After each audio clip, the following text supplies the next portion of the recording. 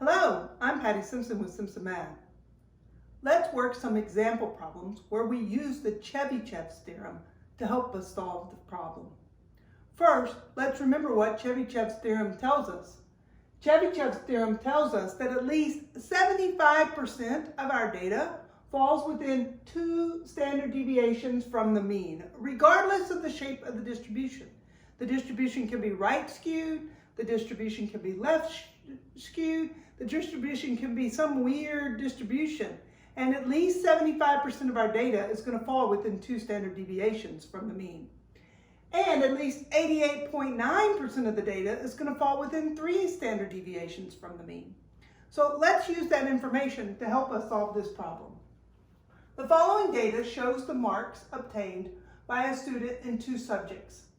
At least 88.9% of the data lie within what 2 values? So here a student took a science test, and in that science test, the mean average of the test was 89 and the standard deviation was 15. And we want to know 88.9% of those students fell between what 2 grades? What was the range for 88.9, at least 88.9% of the students? Well, that 88.9% with Chebyshev's tells me that we're going to go out 3 standard deviations.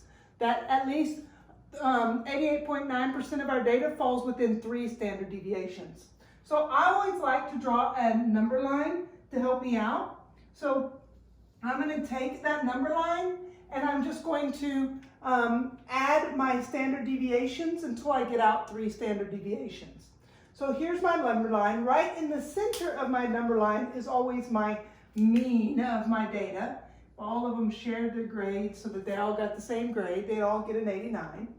And our standard deviation, we go up 15 points from that, and we're at 1 standard deviation. So add 15 to 89 and we get 104.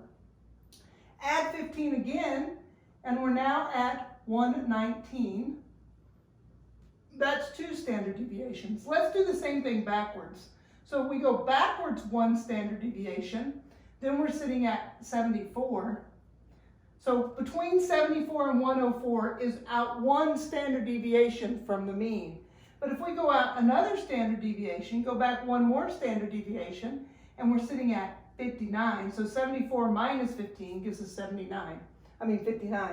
We know that at least, Chebyshev tells us, at least 75% of the students scored between a 59 and a 119. That's what Chebyshev's theorem tells us based upon that mean and that standard deviation. Now, I'm trying to find out 88.9% though, so I'm going to go out 1 more standard deviation. So add another 15, and I'm at 134. Go backwards another 15, so that we're sitting at, let's see, another 15 would be 44. So this is our mean of the data. Here we've gone out 1 standard deviation, 1 standard deviation. Here we've gone out 2 standard deviations, and there's 3 standard deviations. Here we've gone backwards, so this one's below average, 1 standard deviation. That one's below average, 2 standard deviations. And this one's below average, 3 standard deviations.